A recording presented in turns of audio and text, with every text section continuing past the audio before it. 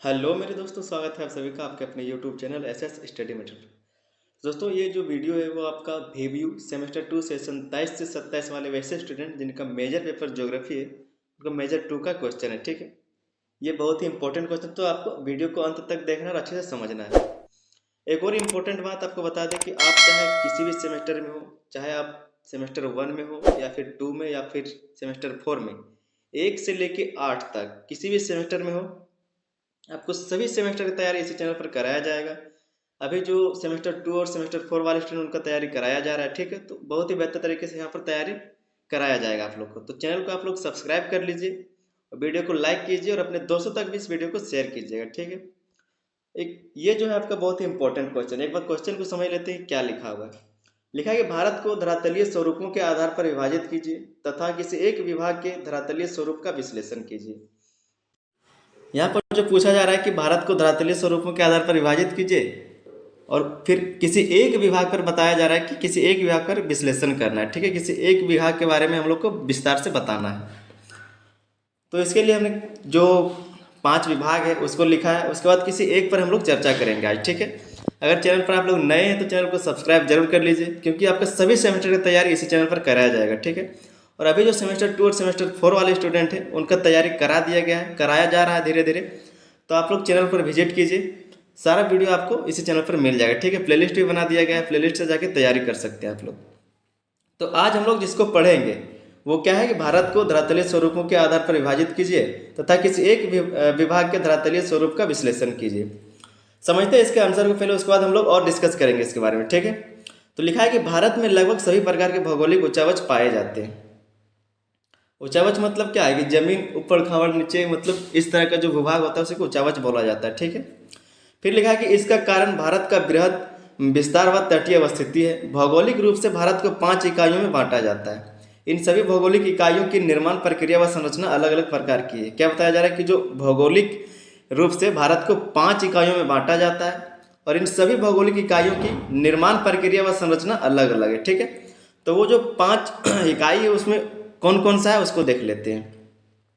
आपका जो सबसे पहले वो है हिमालयी पर्वतीय क्षेत्र, फिर दूसरा है उत्तर भारतीय मैदान, तीसरा है प्रायद्वीपीय पठार, चौथा है तटीय क्षेत्र और पांचवा है मरुस्थलीय क्षेत्र। आपको वीडियो को अंत तक देखना है। ठीक है, आपको 100% गारंटी कि आपको बहुत ही अच्छे से समझ में आएगा। ठीक है, बहुत ही बेहतर तरीके से आपको समझ में आएगा। सब कुछ NCERT से लिखा हुआ है, बहुत ही अच्छे तरीके से आपको समझ में आएगा। वीडियो को आप लोग अंत तक देखिए। ठीक है, आगे हम लोग देखते हैं। आगे लिखा है कि भारत के धरातलीय स्वरूप के आधार किसी एक विभाग का विश्लेषण निम्नलिखित है। अब जो भारत का धरातलीय स्वरूप है उसके आधार पर किसी एक भूभाग पर क्या है विश्लेषण किया गया, चर्चा किया गया। तो वो कौन सा भूभाग है? हिमालयी पर्वतीय क्षेत्र। हिमालय के बारे में आज हम लोग चर्चा करेंगे। हिमालय का मतलब क्या है कि जो भारत हमारा इस तरह से है, आज हम लोग इसी के बारे में पढ़ेंगे। ठीक है, बस इस तरह से बना दिया गया ताकि आप लोग समझ पाए कि ये जो क्षेत्र है हम लोग का हिमालय वाला क्षेत्र, ये जो हम लोग का हिमालय वाला क्षेत्र, इसको आज हम लोग पढ़ेंगे। ठीक है, कि यहाँ पर क्या क्या है, तो इसी को हम लोग समझेंगे। तो हिमालय पर्वतीय क्षेत्र में सबसे पहले इसको हम लोग समझेंगे कि इसका जो लंबाई है, जिसके बारे में हम लोग बात करें इस वाले क्षेत्र का, यहाँ से लेकर के यहाँ तक का जो लंबाई है वो कितना है? तो 2500 किलोमीटर। आकृति का बात करें तो ये जो आकृति है ये धनुषाकार है। ठीक है, इस तरह से ये घुमा हुआ है तो ये धनुषाकार आकृति इसको बताया जाता है। फिर लिखा है कि ये मोड़दार पर्वत है, वलित पर्वत है। ठीक है, फिर आगे बताया जा रहा है कि यूरेशियन प्लेट और भारतीय प्लेट के अभिसरण द्वारा निर्मित हुआ है। दोस्तों, ये जो भारत है हम लोग का, ये जो भारत है पहले इस तरह से था, लेकिन बाद में जब प्लेट विवर्तनिकी सिद्धांत हमने पढ़ाया था वहाँ पर भी ये बात बताया गया था कि जो प्लेट है उधर से टकराया जाके, तब जाके ये हिमालय बना है। ठीक है, तो वही बताया जा रहा है कि जो यूरेशियन प्लेट है वो भारतीय प्लेट से जाके टकराया था और तब जाके ये जो हिमालय है वो खड़ा हुआ। ठीक है, अभिसरण के द्वारा ये खड़ा हुआ। उसके बाद हम लोग समझेंगे दोस्तों कि हिमालय पर्वतीय क्षेत्र को 2 भागों में बांटा जाता है। अब जो हिमालय क्षेत्र है, जो हिमालय पर्वत क्षेत्र है, उसको फिर से 2 भागों में बांटा जाता है। ठीक है, पहला जो है आपका ट्रांस हिमालय और दूसरा है हिमालय। समझेंगे हम लोग कि ट्रांस हिमालय क्या होता है। ठीक है, इसमें हम लोग समझते हैं कि ट्रांस हिमालय क्या होता है। भारत का ये जो भाग है, ये जो भाग है यहाँ तक का, इसको बोलते हैं ट्रांस हिमालय। ठीक है, और इतना दूर से जो आया है, फिर यहाँ तक का जो बात करेंगे, इतना दूर से फिर आपका जो त्रिपुरा तक, मिजोरम तक जो आया है, वो आपका कौन सा हो जाएगा, तो ये पूरा आपका हिमालय हो जाएगा। लेकिन सिर्फ यहाँ तक का बात करें तो ये आपका ट्रांस हिमालय, ठीक है, यहाँ से यहाँ तक सिर्फ ट्रांस हिमालय यहाँ तक। इसी को हम लोग आगे डिस्कस करेंगे बहुत ही विस्तार से। तो किस क्षेत्र में किस भाग में बांटा गया, तो दो भागों में बांटा गया। किसको, हिमालय पर्वतीय क्षेत्र को दो भागों में बांटा जाता है। सबसे पहला क्या था, ट्रांस हिमालय, और दूसरा हिमालय। आगे हम लोग इसी को समझेंगे, ठीक है। सबसे पहले समझते हैं ट्रांस हिमालय को। क्या लिखा है, ट्रांस हिमालय पर्वतीय भाग लिखा है कि महान हिमालय के उत्तर में स्थित, कहाँ है, तो महान हिमालय के उत्तर में स्थित है, जिसमें काराकोरम, लद्दाख और जास्कर पर्वत श्रेणियाँ शामिल हैं। क्या बताया जा रहा है कि ये जो ट्रांस हिमालय वो हिमालय के उत्तर में स्थित है।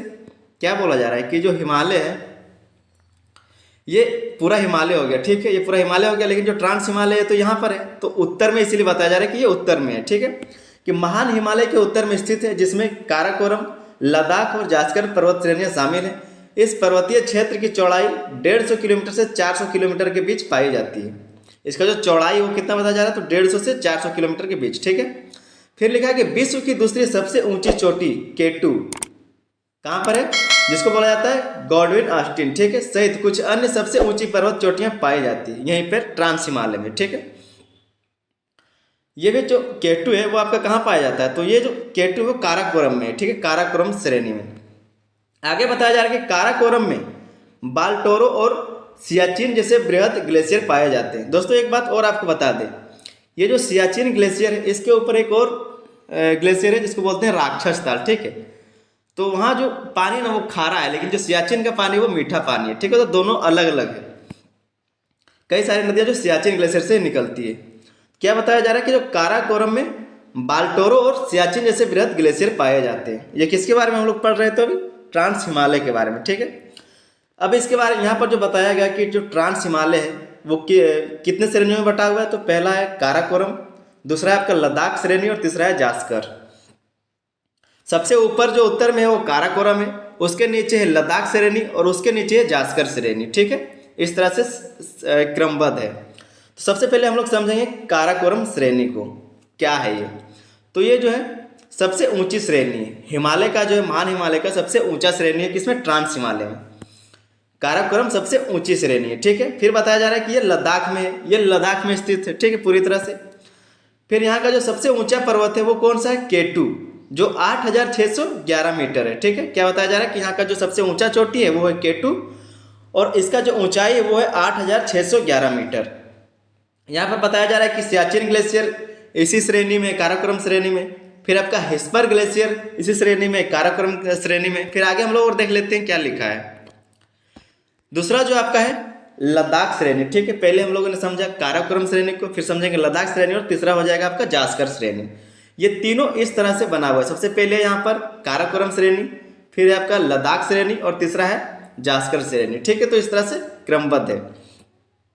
लद्दाख श्रेणी के बारे में बात करें दोस्तों, तो ये जो है पूरी तरह से लद्दाख में है और सबसे ऊंची चोटी जो है इसका वो है राकापोसी चोटी, ठीक है। यहाँ पर जो बताया जा रहा है सबसे ऊंचा चोटी जो है लद्दाख का वो है राकापोसी चोटी, ठीक है। आगे हम लोग देख लेते हैं। फिर आपका जास्कर श्रेणी, तो जास्कर जो है आपका जम्मू कश्मीर, उत्तराखंड और हिमाचल प्रदेश में स्थित है, ठीक है। जास्कर श्रेणी का जो क्षेत्र है वो कहाँ है, तो जम्मू कश्मीर में है, उत्तराखंड में है और हिमाचल प्रदेश में है। और यहाँ का जो सबसे ऊंचा चोटी है वो कौन सा है, तो माउंट कामेट। माउंट कामेट चोटी जो जास्कर श्रेणी का सबसे ऊंचा चोटी है, ठीक है। आगे हम लोग समझते हैं। इसके बाद ट्रांस हिमालय को तो समझ लिया, अब हम लोग समझेंगे हिमालय पर्वत को, जो मेन हिमालय उसको समझेंगे, ठीक है। तो क्या बताया जा रहा है हिमालय पर्वत, सबसे पहले इसको देख लेते हैं। हिमालय पर्वत को क्या लिखा है कि सिंधु नदी से लेकर दिहांग या सिंधु नदी तक के पर्वतीय भाग को हिमालय श्रृंखला कहा जाता है। दिहांग मतलब क्या, जो चाइना में जिसको दिहांग बोला जाता है, मतलब ब्रह्मपुत्र का बात हो रहा है, ठीक है। बताया जा रहा है कि सिंधु नदी से लेकर दिहांग या सिंधु नदी तक के पर्वतीय भाग को हिमालय श्रृंखला कहा जाता है। मतलब आप पूरा नागालैंड से देख लीजिए, आप पूरा वहाँ तक लद्दाख तक, ठीक है, लद्दाख के कोने तक। फिर बताया जा रहा है कि हिमालय का अर्थ होता है हिम का घर। हिमालय किसको बोला जाता है, हिम के घर को बोला जाता है हिमालय, और हिम के घर को ही हिमालय बोला जाता है, हिमालय को ही हिम का घर कहा जाता है। फिर लिखा है कि हिमालय पर्वत श्रृंखला का निर्माण तृतीय कल्प अर्थात टर्सरी युग में अवसादों के मुड़ने के वलित पर्वतों के रूप में हुआ है। ये बताया जा रहा है कि ये टर्सरी युग का पर्वत है और दोनों जो यूरेशियन प्लेट था और जो भारतीय प्लेट था वो दोनों का अभिसरण होने के कारण ये सब बना है हिमालय पर्वत। ठीक है, अभिसरण का मतलब क्या होता है? जब कोई प्लेट इधर से जाता है और जब कोई प्लेट फिर इधर से आता है तो इसको बोलते हैं अभिसरण। ठीक है, जब दोनों एक दूसरे की ओर बढ़ता है और टकराता है उसको बोलते हैं हम लोग अभिसरण। तो ये बताया जा रहा है। फिर बताया जा रहा है कि प्लेट विवर्तनिकी सिद्धांत के अनुसार हिमालय का निर्माण भारतीय प्लेट और यूरोपीय प्लेट में आपस में टकराने से, क्या बताया जा रहा है कि जो प्लेट विवर्तनिक सिद्धांत के अनुसार हिमालय का निर्माण भारतीय प्लेट और यूरोपीय प्लेट के आपस में टकराने और संभवतः भारतीय प्लेट के यूरोपीय प्लेट के नीचे धंसने के कारण अवसादों के मुड़ने से हुआ है। संभवतः क्या बताया जा रहा है कि जो भारतीय प्लेट है वो यूरोपीय प्लेट के नीचे चला गया होगा, जिससे क्या है कि जो अवसाद है वो उसके मुड़ने से हिमालय पर्वत का निर्माण हुआ है। ठीक है, फिर आगे है कि इसीलिए हिमालय को नवीन वलित पर्वत श्रृंखला कहा जाता है। हिमालय बहुत पुराना है लेकिन अभी भी इसको नवीन वलित पर्वत माना जाता है, कहा जाता है। ठीक है, कि अभी ये नया है। और नया क्यों है? क्योंकि जो अभी हम लोग जो पढ़ते हैं एनसीईआरटी के हिसाब से कि जो हिमालय पर्वत का ऊंचाई वो कितना है, सबसे ऊंचा चोटी कौन सा है? तो एवरेस्ट का 8,848 मीटर। ठीक है, लेकिन आज का जो डेटा है वो बताया जाता है कि इसका जो ऊंचाई है वो 8,850 मीटर हो गया। ठीक है, तो इसीलिए बोला जाता है कि ये अभी नया है, अभी ये और ऊंचा होगा। फिर हम लोग यहाँ से समझेंगे कि हिमालय में उत्तर से दक्षिण 3 समानांतर पर्वत श्रेणियाँ पाई जाती है, जिसकी ऊंचाई दक्षिण से उत्तर की ओर क्रमशः बढ़ती जाती है। इन श्रेणियों के नाम है, नाम नीचे हम लोग समझेंगे। ठीक है, क्या बताया जा रहा है कि जो हिमालय पर्वत है, जो हिमालय पर्वत है हमारा, वो क्या है कि दक्षिण से उत्तर की ओर, ठीक है, दक्षिण से उत्तर की ओर इसका जो ऊंचाई है वो बढ़ते जाता है। ठीक है, मतलब अगर आप लोग हरियाणा से चल जाइए ऊपर, हरियाणा से आप लोग पंजाब चले जाइए, हिमाचल चले जाइए, कश्मीर चले जाइए, फिर है आपका लद्दाख, तो उधर से जो है आपका ऊंचाई बढ़ते हुए जाएगा। ठीक है, मतलब दक्षिण से लेके उत्तर की ओर इसमें जो है ऊंचाई बढ़ते जाता है। इसमें हम लोग समझेंगे सबसे पहले बृहद हिमालय या हिमाद्री। सबसे पहले हम लोग समझेंगे हिमालय को जो 3 भागों में बांटा गया है वो आपका बृहद हिमालय है, जो महान हिमालय बोला जाता है जिसको। फिर है आपका मध्य हिमालय, जो मिडिल का हिमालय है, जिसको मिडिल हिमालय में बोलते हैं। फिर आपका सबसे पीछे जो है वो है शिवालिक। ठीक है, शिवालिक को हम लोग समझेंगे, 3 भाग ही आपका हो गया, तो तीनों को हम लोग समझेंगे। उसके बाद समझेंगे हम लोग पूर्वी पहाड़ियों को भी। तो सबसे पहले हम लोग समझते हैं अभी बृहद हिमालय या हिमाद्री को। क्या लिखा है कि हिमालय की सबसे उत्तरी श्रेणी को बृहद हिमालय या हिमाद्री के नाम से जानते हैं। हिमालय की सबसे जो उत्तरी श्रेणी है उसको बृहद हिमालय या हिमाद्री के नाम से जानते हैं, या हिमालय की सबसे ऊंची श्रेणी है। और बताया जा रहा है कि यह जो हिमालय है ये सबसे ऊंची श्रेणी यही है। ठीक है, फिर है कि जिसकी औसत ऊंचाई 6,000 मीटर है। इसी श्रेणी में भारत की सर्वोच्च चोटी कंचनजंगा जो सिक्किम में स्थित है, और इसी श्रेणी में नेपाल में विश्व की सबसे ऊंची पर्वत चोटी माउंट एवरेस्ट 8,848 मीटर जिसकी ऊंचाई वो स्थित है। ठीक है, कहाँ? नेपाल में। वो कौन सा श्रेणी? तो आपका बृहद हिमालय श्रेणी। ठीक है, महान हिमालय श्रेणी। यहाँ का जो औसत ऊंचाई वो कितना बताया जा रहा है? तो 6,000 मीटर। आगे हम लोग देख लेते हैं। दूसरा जो है आपका मध्य हिमालय, हिमाचल या फिर लघु हिमालय, तीनों इसका नाम है। ठीक है, आप इसको मध्य हिमालय बोल सकते हैं, या फिर इसको हिमाचल बोल सकते हैं, या फिर लघु हिमालय। बताया जा रहा है कि बृहद हिमालय श्रेणी के दक्षिण में स्थित हिमालयी पर्वत श्रेणी को मध्य हिमालय, हिमाचल या लघु हिमालय कहा जाता है। बृहद हिमालय श्रेणी के दक्षिण में स्थित है और हिमालयी पर्वत श्रेणी को मध्य हिमाचल, हिमाचल या लघु हिमालय कहा जाता है। इसकी औसत ऊंचाई 4,000 से लेकर 4,500 मीटर तक है।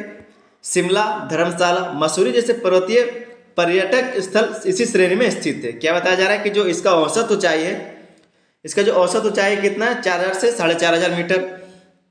और कुछ जो मुख्य क्षेत्र हैं शिमला, धर्मशाला, मसूरी, इस तरह का जो पर्यटक क्षेत्र है जहाँ पर लोग घूमने जाते हैं। ठीक है, तो ये इसी श्रेणी में है, मध्य हिमालय श्रेणी में ही स्थित है। आगे बताया जा रहा है कि इनकी ढालों पर वन व घास के मैदान पाए जाते हैं। इसकी औसत चौड़ाई लगभग 80 किलोमीटर। क्या बताया जा रहा है कि इसकी जो ढालों पर है वन और घास के मैदान पाए जाते हैं, और इसका जो औसत चौड़ाई है वो 80 किलोमीटर है। ठीक है, फिर हम लोग समझेंगे इसका तीसरा भाग को जो है शिवालिक। समझते हैं इसमें क्या होता है? लिखा है कि लघु हिमालय के दक्षिण में हिमालय की सबसे दक्षिणी श्रेणी को शिवालिक कहा जाता है। लघु हिमालय मतलब मध्य हिमालय, ठीक है। तो मध्य हिमालय के दक्षिण में हिमालय की सबसे दक्षिणी श्रेणी को शिवालिक कहा जाता है। यह हिमालय की सबसे निचली पर्वत श्रेणी है जिसकी औसत ऊंचाई 1200 से 1500 मीटर के बीच है। ऊंचाई का बात हो रहा है कि जो इसका औसत ऊंचाई वो कितना है, 1200 से लेकर 1500 मीटर के बीच। फिर बताया जा रहा है कि इस श्रेणी का निर्माण अवसादित चट्टानों, असंगठित पत्थरों व सिल्ट से हुआ है। यहाँ का जो ऊंचावच है, यहाँ का जो बनावट है वो कैसे हुआ, तो अवसादित चट्टानों से, असंगठित पत्थरों से या फिर सिल्ट से इसका बनाया, ठीक है, इसका निर्माण हुआ है। आगे लिखा है कि यह पश्चिम से पूर्व तक लगातार विस्तृत ना होकर के पूर्व में अन्य श्रेणियों में मिल जाती है। ये जो श्रेणी है आपका शिवालिक, ये पश्चिम से पूर्व तक लगातार विस्तृत ना होकर के पूर्व में अन्य श्रेणियों में मिल जाती है। वो कौन कौन सा श्रेणी है, तो इसकी चौड़ाई 10 से 50 किलोमीटर के बीच पाई जाती है। इस श्रेणी में पाई जाने वाली कुछ संकरी घाटियों को दून कहा जाता है। बताया जा रहा है कि जो शिवालिक में कुछ संकरी घाटी जो है उसको दून नाम दिया गया, ठीक है, दून। शिवालिक में जो संकरी घाटी, जो घाटी जैसा क्षेत्र बना हुआ है उसको दून नाम दिया गया। जैसे देहरादून इसी तरह की एक घाटी में स्थित शहर है, ठीक है। क्या बताया जा रहा है कि जो शिवालिक क्षेत्र है उसमें जो घाटियां हैं उसको दून नाम दिया गया, जो देहरादून है वो इसी घाटी क्षेत्र का एक शहर का नाम है, ठीक है। आगे दोस्तों हम लोग समझेंगे जो अभी शिवालिक में बताया गया था कि ये जो लगातार विस्तृत ना होकर अलग अलग बंट गया, ठीक है। तो उसी को हम लोग समझेंगे चौथे नंबर पर, जो पूर्वांचल की पहाड़ियाँ। इसको पूर्वांचल की पहाड़ियाँ बोला जाता है। इसमें कौन कौन सा आता है समझते हैं। लिखा है कि म्यांमार की सीमा के सहारे विस्तृत हिमालय के पूर्वी विस्तार को पूर्वांचल की पहाड़ियाँ कहा जाता है। क्या बताया जा रहा है कि जो म्यांमार की सीमा है उसके सहारे विस्तृत हिमालय के पूर्वी विस्तार को पूर्वांचल की पहाड़ियाँ कहा जाता है। पूर्वांचल में पटकाई ब्रूम, गारो खासी जयंतिया, लुसाई हिल्स, नागा हिल्स और मिजो हिल्स जैसी हिल्स शामिल है। यहाँ पर जो बताया जा रहा है, ठीक है, आप लोग अगर इसको ध्यान से देखेंगे तो जो अरुणाचल प्रदेश में जो है, ठीक है, अरुणाचल प्रदेश का बात हो रहा है यहाँ पर पटकाई ब्रूम, ठीक है। कहाँ पर गया पटकाई ब्रूम, जो है आपका अरुणाचल में है। फिर आपका जो गारो खासी जयंतिया, जो आप लोग तीनों देख रहे हैं यहाँ पे, गारो खासी और जयंतिया, ये दोस्तों पूर्वांचल हिमालय में तो है, लेकिन ये जो है प्रायद्वीपीय भारत का भाग है, ठीक है। प्रायद्वीपीय भारत का पठारी क्षेत्र है ये आप डायरेक्ट हिमालय का भाग इसको नहीं मान सकते, लेकिन ये लिखा गया क्योंकि ये हिमालय क्षेत्र में आता है। और ये है कहाँ, तो ये आपका है मेघालय में, ठीक है, ये मेघालय में है। फिर आपका लुसाई हिल्स है, फिर नागा हिल्स जो नागालैंड में, फिर मिजो हिल्स जो मिजोरम में है, जैसे हिल्स शामिल है। तो ये पूर्वांचल की जो पहाड़ियाँ हैं उसमें ये सब हिल्स या फिर पहाड़ियाँ शामिल है, ठीक है। तो ये आपका हो गया क्वेश्चन का आंसर। अगर दोस्तों आप लोग चैनल पर नए हैं तो चैनल को सब्सक्राइब जरूर कर लीजिएगा। और ये क्वेश्चन जो था आपका बहुत ही इंपॉर्टेंट क्वेश्चन था। अपने दोस्तों तक इस वीडियो को ज़्यादा से ज़्यादा शेयर कीजिए ताकि वे लोग भी तैयारी कर सके। उम्मीद करते हैं कि आपको बहुत अच्छे से समझ में आया होगा। अगर समझ में थोड़ा सा कोई दिक्कत है या कोई क्वेश्चन पूछना चाहते हैं तो आप कमेंट बॉक्स, खाली कमेंट बॉक्स में भर भर के सवाल कीजिए, सारा सवाल का आपका जवाब दिया जाएगा, ठीक है। और चैनल को सब्सक्राइब करना ना भूलें, चैनल को आप लोग सपोर्ट जरूर करें क्योंकि आप लोग के लिए हम मेहनत करते हैं। आप लोग भी थोड़ा सा सपोर्ट कीजिए, ठीक है। सभी सेमेस्टर की तैयारी आपको इसी चैनल पर कराया जाएगा, ठीक है। तो मिलते हैं अगले वीडियो में, तब तक के लिए धन्यवाद। जय हिंद।